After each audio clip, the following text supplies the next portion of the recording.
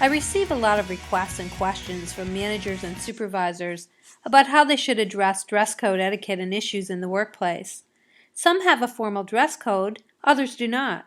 But one thing that they all have in common is that they need to rely on their employees to exert a certain amount of judgment in their choice of what they wear to work every day.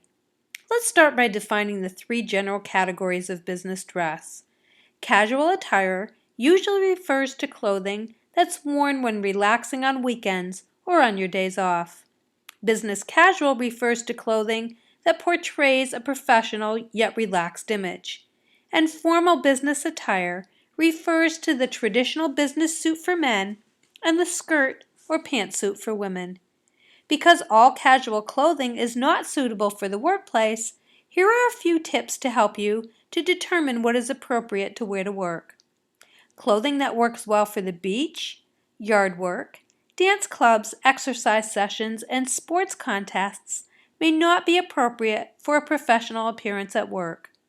Clothing that reveals too much cleavage, your back, your chest, your feet, your stomach, or your underwear is not appropriate for a place of business, even in the most casual of business settings. In a casual work environment, clothing should be pressed and never wrinkled. Torn, dirty, or frayed clothing is never acceptable. All seams must be finished. Any clothing that has words, terms, or pictures that may be offensive to others is unacceptable. Clothing that has your company logo, sports team, university, and fashion brand names are generally acceptable. Certain days can be declared as dress-down days.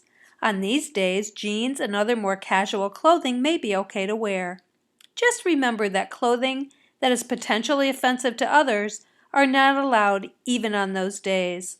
And a word about grooming on business casual days. Just because the dress code is slightly relaxed doesn't mean that you can relax your personal hygiene and grooming. Stacy London and Clinton Kelly host a show on TLC about what not to wear.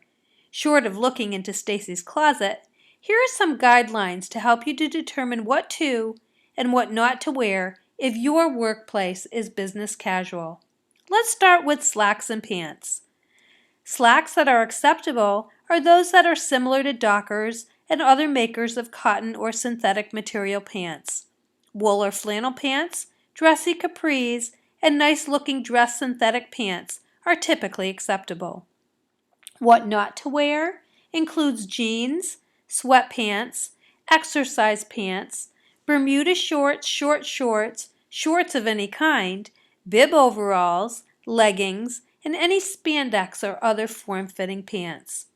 When it comes to skirts, dresses, and skirted suits, casual dresses and skirts that are split at or below the knee are definitely acceptable.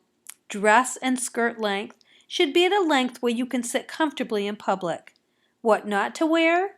Short, tight skirts that ride halfway up the thigh are inappropriate for work. Mini skirts, skirts, sundresses, beach dresses, and spaghetti strap dresses are not appropriate.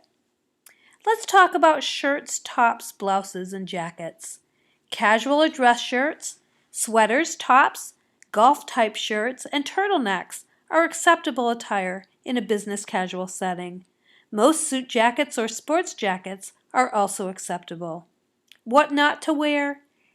Tank tops, midriff tops, shirts with potentially offensive words, terms, logos, pictures, cartoons, or slogans, halter tops, tops that have bare shoulders, sweatshirts, and t-shirts unless the t-shirts are worn under another blouse, shirt, jacket, or dress.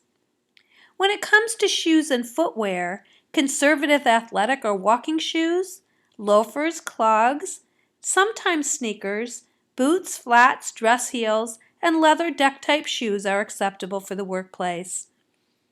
What not to wear includes flashy athletic shoes, thongs, flip-flops, and slippers.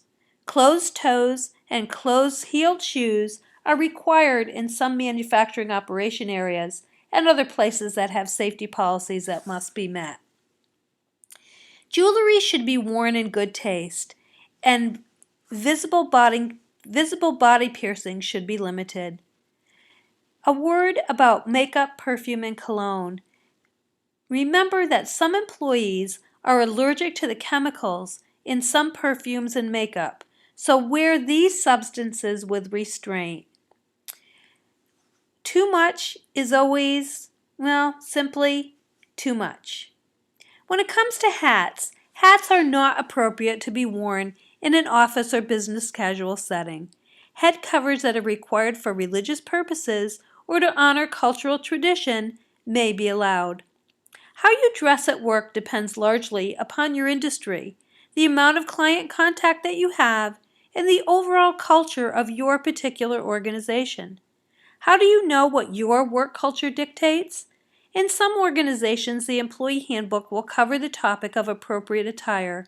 If your handbook doesn't cover this, or you're still unsure, you can always ask your supervisor about what's appropriate.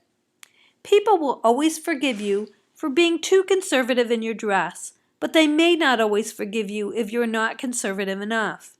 Err on the side of conservative, and you'll rarely go wrong. Remember that your employer is relying on you to use a certain amount of judgment in the choice of what you wear to work. If you look at yourself in the mirror when you get dressed to go to work, and you ask yourself if your outfit is acceptable or appropriate, it probably isn't.